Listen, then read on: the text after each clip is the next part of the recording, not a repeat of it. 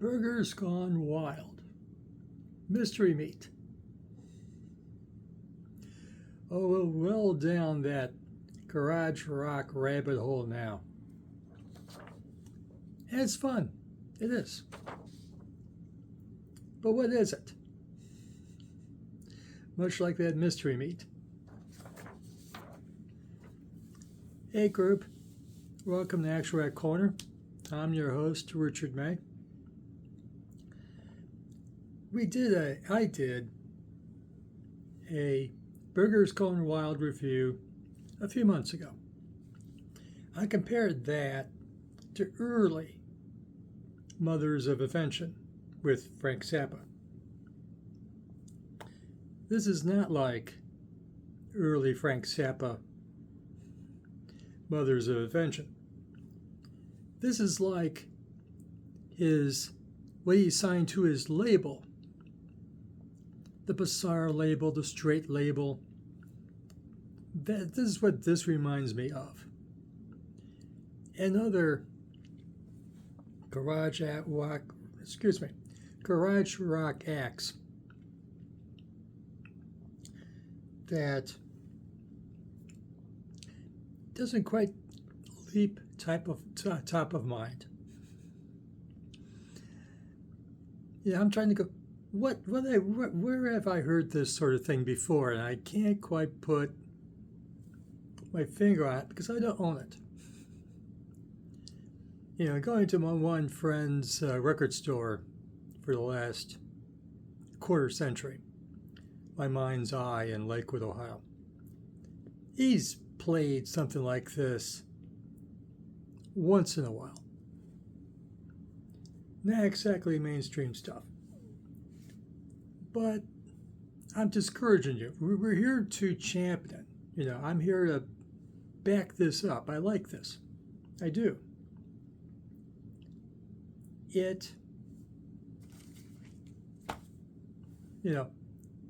With the first song, Blasted, I could have swore he's singing Busted, but he's singing Blasted, apparently.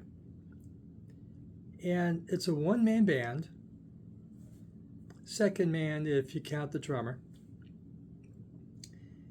And, so it's really garage rock, one-man band. And it gets more conventional or better as you listen. Yeah, Lie Detector, the second song, great riff. And then 1 Inch Punch, and when you get to Sword Swallower, get your mind out of the gutter. That is a bit of a marriage of, Dick Dale, the Ventures, surf rock, and Link Way, instrumental. That is really good. And then you get to Thankful for Shark, which incorporates the Jaws theme. You'll know it when you hear it. Da-na, da-na. Okay, but you barely recognize it because it's done on an acoustic guitar. And of course, the title track, Mystery Meat. It's different. So you get a bit of, what do they call it? Lofi. Okay, here's the quote from the PR. Lofi, garageabilly, for burger enthusiasts, cannibals, and freeganists.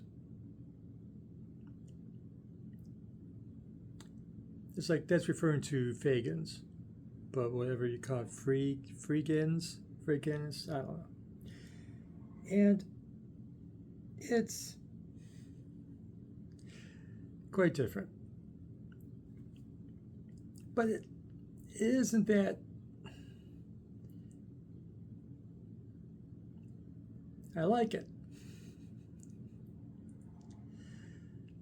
Just you're really going down the garage rock rabbit hole. Garage rock, garage punk, rockabilly. But not as smooth as the Cramps, collections that you get every couple months. Now, when I refer to, yes, Frank Zappa had a record label. And a couple record labels. We forget that now. Because a lot of the stuff released was forgettable by Frank Zappa. Frank Zappa did not release records from musical maestros like himself. He released Wild Man Fisher. Anybody remember Wild Man Fisher? Other than me? I bought it in college 45 years ago. And Wild Man Fisher was bipolar, schizoid, and he behaved like it, and he sang like it in a one-man context. That's what leapt to my mind as I listened to this. I haven't heard Wild Man Fisher in 45 years, but it brought to mind Wild Man Fisher. And, maybe that Cheetio's album with all the groupies as the subjects of that record, if not singers, subjects. The groupies. Girls together outrageously. If you're a fan of that stuff, of the Frank Zappa label sort of thing, try this. But I'm not doing the best job I can. It is musical. It is good. It just, I don't think it starts at the right foot. I don't know if Blasted was the best choice for opening number. Some may disagree. But, once you get the lie detector with a really nice riff and 1 inch punch and Sword Swallower is quite good. And, while I was listening to this repeatedly, this is 8 songs in 17 minutes. And they gave me a Tiny Desk concert by Burgers Gone Wild. And at the end of the song, whichever one it was,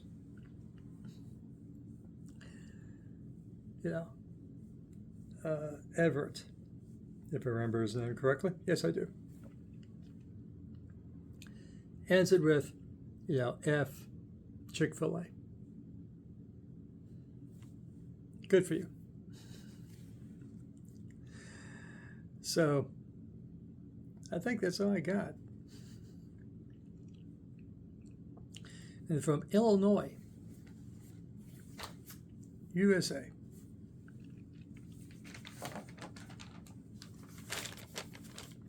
Carbondale at that, which apparently is big into hamburgers, which is why this act is called Burgers Gone Wild.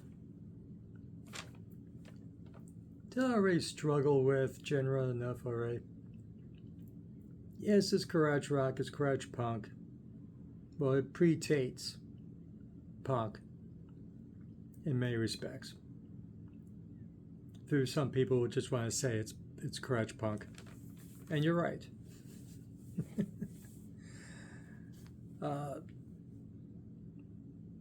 Production, lo-fi. Lord knows it's lo-fi. Okay? one-man band. You have a bit of percussion help from a second guy, but basically one-man band. Ain't no ballads. Give it that. Mixed company.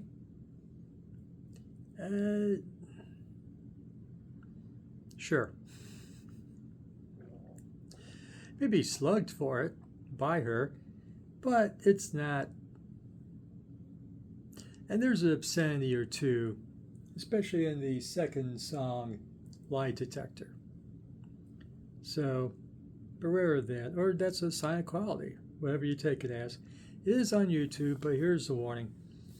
You just get the album straight. Does not break it down into the individual songs, the 8 songs.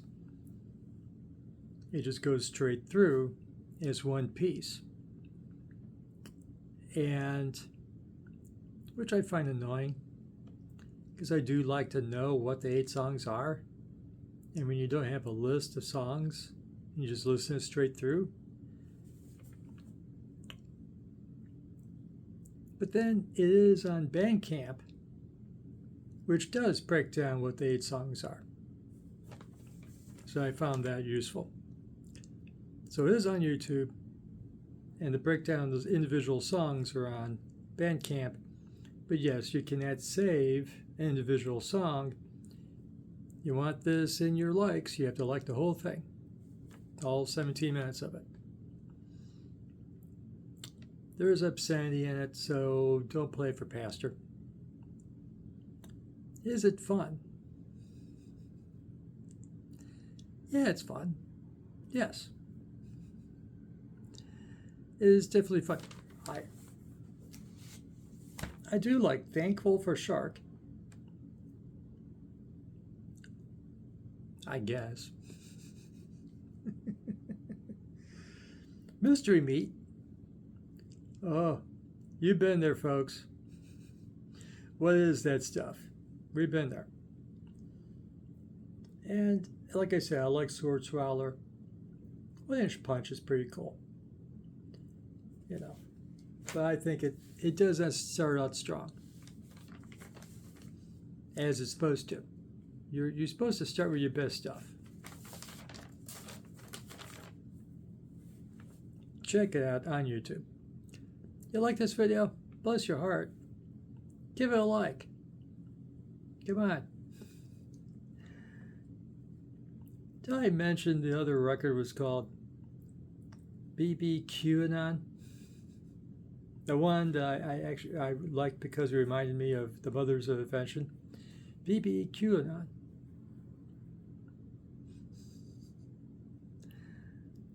And Mystery Meat's a cool title too. So you like this video, give it a like. Subscribe to Actual Corner. Ring the notification bell. And go listen. You got 17 minutes. What? I'm about to equal the explanation. Go listen to Mystery Meat by Burgers Gone Wild. Come back and tell us what you think. Especially if you remember Ronald Man Fisher fondly. Oh, the days when we thought mental illness was entertaining. I don't know if this is my best review I ever done. I like Burgers Gone Wild. I do. He is not mentally ill. Everett Dillon, right? You know, this is just different. And not what I normally listen to. You know, you have to blame my buying Wild Man Fisher records, or at least a record, and popping in at Charles's store where he's playing stuff like this, whatever it was. I try to remember what it was.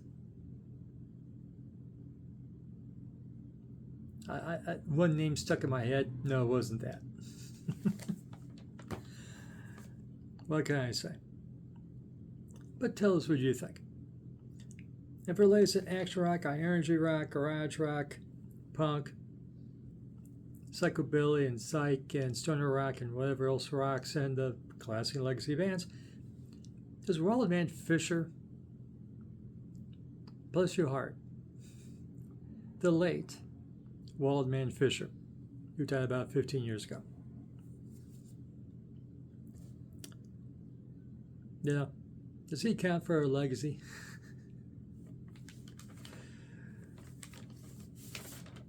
GTOs, absolutely. With Mrs. DeBar's, Michael DeBar's wife, Pamela. Of course, well, you could reverse that. Pamela's more famous than Michael is she? Discuss. Thank you for watching. I think I did a Burgers Gone Wild type of review of Burgers Gone Wild, which would be appropriate, don't you think? So, you think this review's a mess? You're in the right frame of mind to listen to it. No, it's good. It is. Thank you for watching, and we'll see you again soon.